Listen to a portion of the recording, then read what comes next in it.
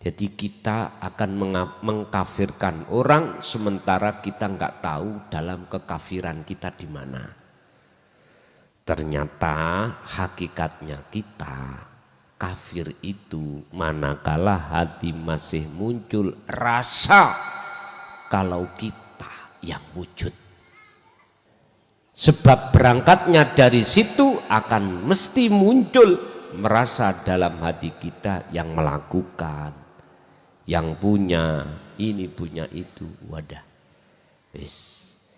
niki gak kafir maneh, ndukure kafir. Mbuh buyute apa mbahne kafir.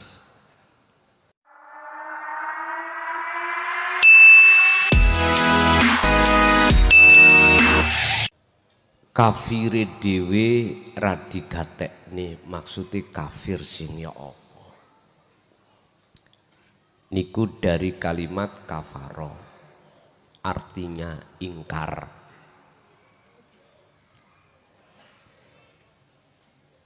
Keingkaran di dalam hati kita terhadap Allah. Allah telah mendidik jasmaniah kita lewat utusannya Muhammad yang disebut ilmu syariah. Allah mendidik ruhaniah kita lewat utusan Allah dengan membawa ilmu tauhid. Itu untuk mendidik ruhaniah kita supaya bisa mengesahkan terhadapnya. Manusia siapapun kita tatkala menolak ajaran dinu tauhid, mesti dalam hati kita imannya terhadap makhluk. Wa minan nasi may yaqulu amanna billah wa bil yaumil akhiri wa ma hum bimu'minin. Mengapa di situ ada wa ma hum bimu'minin, ada manafinya? Mengapa? Anda harus curiga. Banyak kita di antara manusia mengatakan beriman pada Allah dan hari akhir, tapi hati kita mengingkari sesuatu ilmu yang mendorong supaya iman sampai betul-betul pada Allah. Itulah dinut tauhid. Pasti hati kita masih ada iman kalau selain Allah itu wujud, sehingga selain Allah itu bisa punya ini, bisa melakukan ini dan itu. Itulah kekufuran rohaniah kita. Inilah yang disebut kekafiran kita pada sejatine Allah. Dan ini golongannya mayoritas.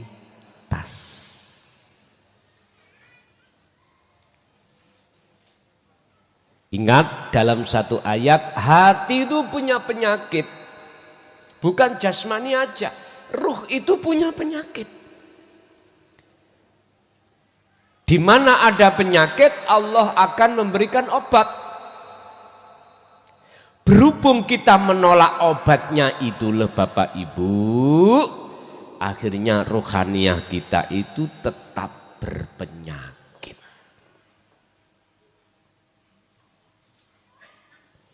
Nyun sewu, memang obat itu perih Pak. Kita ada luka, ambillah kita betadin, ambillah kita alkohol. Ketika kita oserkan terasa perih. Tapi jikalau tubuh kita tidak ada catu atau luka, akhirnya alkohol terasa dingin. Artinya apa? Apa yang selama ini kuserukan, yang intinya adalah dinut tauhid, terasa sakit di hati kita yang menolak.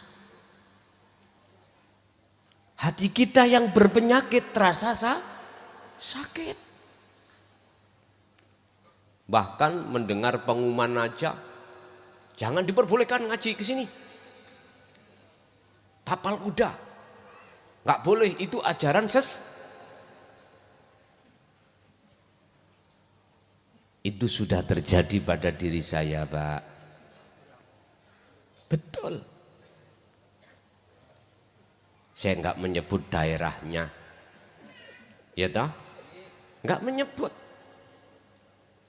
Sudah fix tanggalnya, harinya, jamnya fix.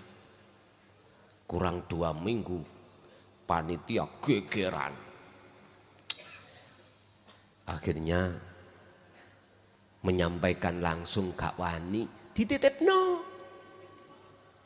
Nggak masalah, saya tambah seneng loh. Kalau saged nutuk bojo kula,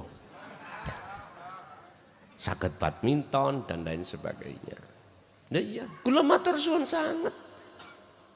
Estu matur suwun sangat. Satu daerah di mana meliburkan ngajinya itu baik langsung maupun tidak langsung. Bahasa saya, muga-muga sing gelek. Muga-muga sing sering. Biar kami juga ada istirahatnya. Lah wong Sabtu jarku jangan diotek-otek loh. Sik mentolo ae otek. Dadi aku ngajine Sabtu ngene iki boleh gak sak suwi. Tapi jawabe pewenak. Kula mboten uman waktu Gus, ya napa. Ya wis, budal ae nek ngono. Jadi bagi-bagi. Yang dimaksud kafir dewe ku pundi? Hati kita ada iman kalau kita itu merasa bisa melakukan sholat, ikulah kafir kita. Mungkin nanti kita akan membahas tentang, saya buka lagi tentang pesan evaluasi. Jangan mudah dirimu mengevaluasi hati orang, tapi sibukkanlah mengevaluasi hatimu sendiri. Itu ada makalah yang membahas tentang masalah itu. Memang itu masuk di dalam syair yang sering ditayangkan, Pak. Jadi kita akan mengkafirkan orang sementara kita nggak tahu dalam kekafiran kita di mana. Ternyata hakikatnya kita kafir itu manakala hati masih muncul rasa kalau kita yang wujud. Kalau kita makhluk yang wujud. Sebab berangkatnya dari situ akan mesti muncul merasa dalam hati kita yang melakukan, yang punya ini punya itu. Wadah, niki gak kafir maneh, ndukure kafir. Mbuh buyute apa mbahne kafir. Contoh nyun sewu. Kita meneliti orang pakai ake. Ake iki wis contoh mawon. Nek tak gawe wong wedok endi ae mesti kantil. Karena ake ini ake yang bersifatkan mahabbah. Atiku sejo. Arek iko gelem gak gelem kudu katut. Tak sejo tes kewantil, Pak. Sampak golek omahku. Contoh. Jenengan ngomong syirik itu. Oke. Terus tatkala yang dimaksud dari kekufuran. Sing durung iso nrimo ya wis gak apa-apa. Simpen ae keterangan iki. Itu yang pertama. Terus yang kedua apa tadi? Salat daim. Fungsi daripada sholat daim itu apa, Pak? Niki sing pernah dulu itu sinau ambek Romo di dalam ilmu sejati, kapitayan atau ilmu kejawen, banyak isyarah-isyarah yang beliau Romo sampaikan. Bon, kita urai. Sholat itu apa? Daim itu apa? Sholat pandangan hakikat adalah ini wajah tuwaj. Iya. Makanya disebut koma asluhu qawama ala waznin fa'ala, menegakkan, tidak menjalankan tapi menegakkan. Makanya dalam Al-Quran kalau bicara sholat mesti memakai kalimah koma, bukan fa'ala. Kalau fa'ala hanya melakukan secara fisik, kalau koma menjaga. Maksud daripada sholat ini wajah tu wajiyah adalah menghadapnya ruh terhadap guru sejati. Yang guru sejati yang kumaksud adalah Allah Subhanahu wa ta'ala. Wujude yaiku urip, iku arti sholat. Daim iku langgeng. Langgeng itu sholatmu umpama 1 hari 1 malam itu terhitung 24 jam. Mungkin sampai teringat dan juga makalah ini asalnya sholat itu tidak 5 waktu tetapi 50 waktu. Fungsi dan tujuan sholat daim adalah mencapai kesadaran mutlak bahwasanya kita makhluk itu tidak wujud. Kita makhluk itu tidak bisa apa-apa, justru menempati la haula wala quwata. Inilah yang disebut sidratul muntaha. Kalau sudah sampai kesadaran mutlak bahwasanya bukan kita makhluk yang bisa ini bisa itu, wujud ini wujud itu, maka itu disebut sidratul muntaha. Karo Kanjeng Nabi wis tutuk mi'rajnya dateng Gusti Allah. Lah niki nek gak dibekali akses ya ora iso sampean. Akses itu apa? Wis ibaratnya gini Pak, sampean ke Jakarta numpak pesawat, nek gak digawani tiket ya ora iso budal.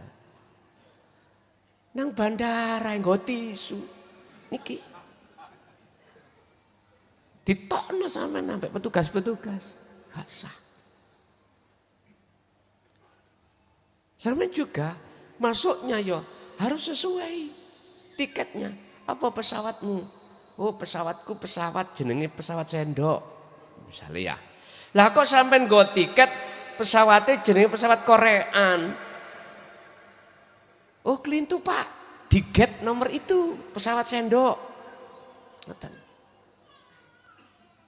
Artinya jenengan iki duwe kaplingan surga bahasa syariat, nek mlebu surga ini yo jangan masuk surga itu lho ngoten lho. Ada tiketnya masing-masing. Beliau dulu kalau mengajarkan sholat daim itu menghadap ke timur, Pak. Ya. Wis. Niki bertolak belakang dengan hukum syariat. Memang cara syariate wong fanatik dengan syariat, bertaklid dengan syariat mesti menyalahkan. Padahal Gusti Allah iku ya gak ono kulon tok. Di mana? Wis tergantung gurumu ngarahno teng pundi. Dia diam, dia akan menafikan seluruh makhluk dalam dirinya termasuk dirinya. Intinya mencapai kesadaran mutlak. Itu. Nah sekarang di era zaman sekarang Allah sengaja menyertakan dinut tauhid di tengah-tengah orang syariah. Sejatine itu untuk membenarkan, menguatkan saudara-saudara kita dulu ketika saat berseberangan dengan hukum syariah, dia melakukan sholat daim itu gak salah miturut kacamata hakikat. Ada dasar? Ada. Tak buka nanti.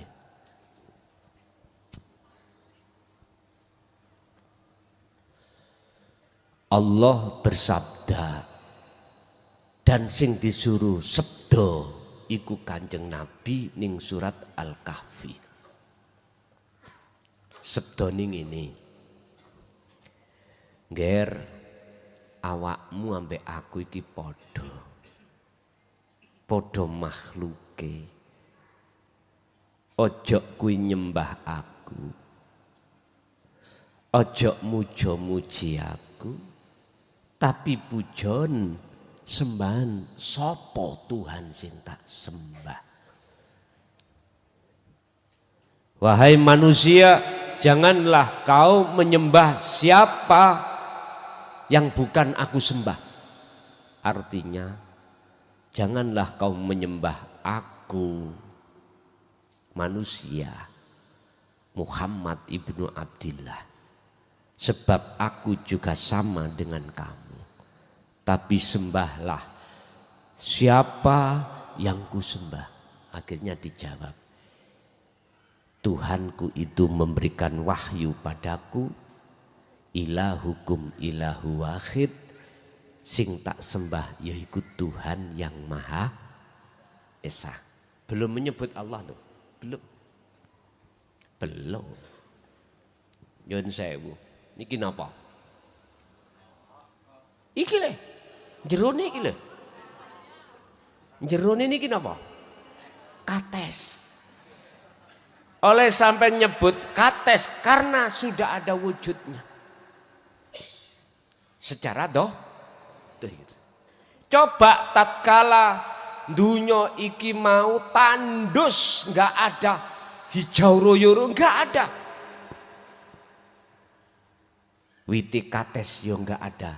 Jenengan nyebut kates? Gak mungkin. Karena belum wujud secara dohir. Tapi ketika hujan Allah turunkan minas sama yang disebut ma'ul mator, akhirnya cukul. Padahal bertahun-tahun bijinya ada di lemah, di bumi, terus cukul. Terus wujud kates sakwoi atau wujud kates itu wite. Mesti sampai langsung muncul jeneng dintatung kates. Sama dengan Allah. Sama. Ketika wahyu itu sudah Allah sampaikan terhadap Muhammad, terus beliau menjawab, ilahukum ilahu wahid, ilayya annahu. Bapak Ibu, aku duweni wahyu pangeranku sing tak sembah. Siapa? Ilahukum ilahu wahid. Itulah Tuhan yang Maha Esa. Yes. Mengapa dikatakan Tuhan yang Maha Esa? Karena bagi dia belum nyata wujudnya Allah. Belum. Awwaluddin ma'rifatullah, mestinya gitu. Artinya Anda menyebut Allah itu mestinya Anda sudah ketemu. Gitu loh Pak. Harusnya gitu. Enggak kebanyakan itu sudah menyebut ngalor ngidul. Allahu Akbar, Allahu Akbar, Allahu Akbar. Tapi orang ruh wujude Allah mboten angsal. Miturut kacamata hakikat itu di situ, nggak boleh. Kates itu akan wujud namanya, akan tersebut kesebut namanya kates manakala sudah wujud kates. Sekarang kebalik Pak, kebalik. Zaman niki banyak balik, kebalik, jungkir. Artinya banyak orang sebagai penghamba nafsu, mereka sebagai mungsuh Allah. Wes, saiki dibalik. Direvolusi, iman yang seperti itu kita ubah. Jangan sebut Allah dulu tatkala Anda belum makrifat. Artinya apa? Utamakanlah setiap saat dan waktu zikir yang sudah Allah didik terhadap diri Anda. Nanti dengan sendirinya kau akan bisa menyebut sendiri. Bersamaan dengan nyata wujudnya Allah. Jadi Pak, sekarang fokuskan panjenengan wujud batine Allah. Nanti akan wujud dohire Allah. Yes, itu prosesnya. Itu prosesnya. Jadi apa yang Rasulullah sabdakan fakta nyatanya terjadi di tahun ini. Di mana beliau katakan umatku sok itu banyak tapi seperti buih di laut, di lautan. Ya, iya.